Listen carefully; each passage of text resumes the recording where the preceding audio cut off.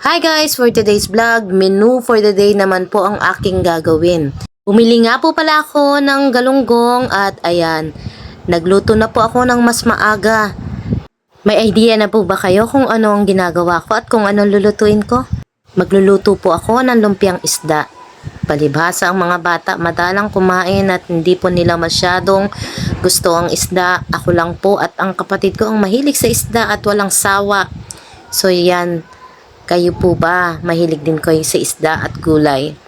Naniniwala po ba kayo na gulay is life? Naku, sana all talaga. Mapatagal pa tayo dahil sa kakagulay natin.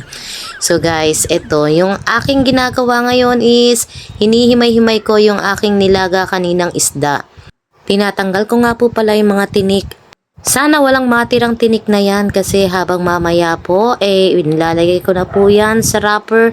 Baka po may masalat-salat silang mga tinik habang kumakain po sila. Kawawa naman po yung mga bata nakakain. Siguraduhin po natin na wala pong tinik.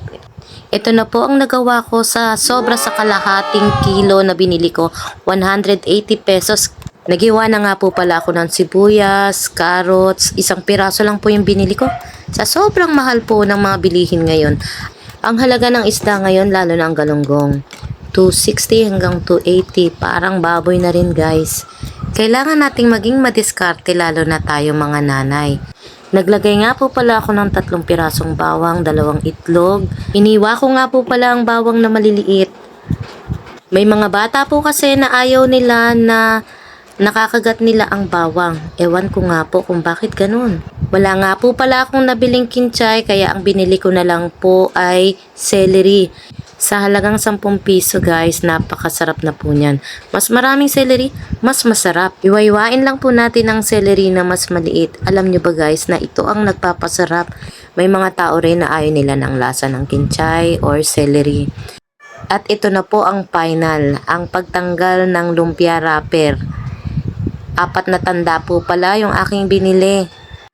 Medium size po ang aking nakuhang lumpia wrapper. Wala po akong nakuhang small size. So, natapos ko na nga po pala ang pag-wrap sa aking lumpiang isda.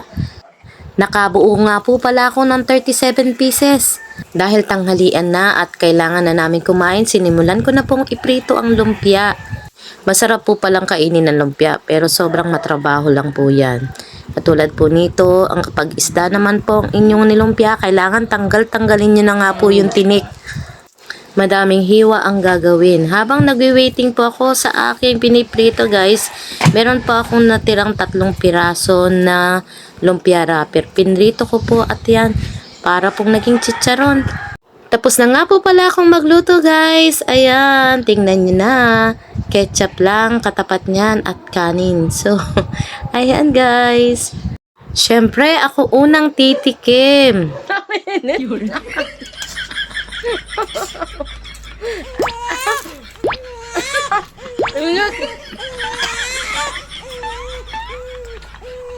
Ayan, sa katakawan ni Marga, sobrang lutong pa guys. Dahil atat na po akong kumain at ang mga bata ay pinababa ko na, pinabili ko na po ng yelo, ng coke at mahalaga po ang kanin para sa amin. So yan na nga po guys, hanggang dito na lang. Until next video.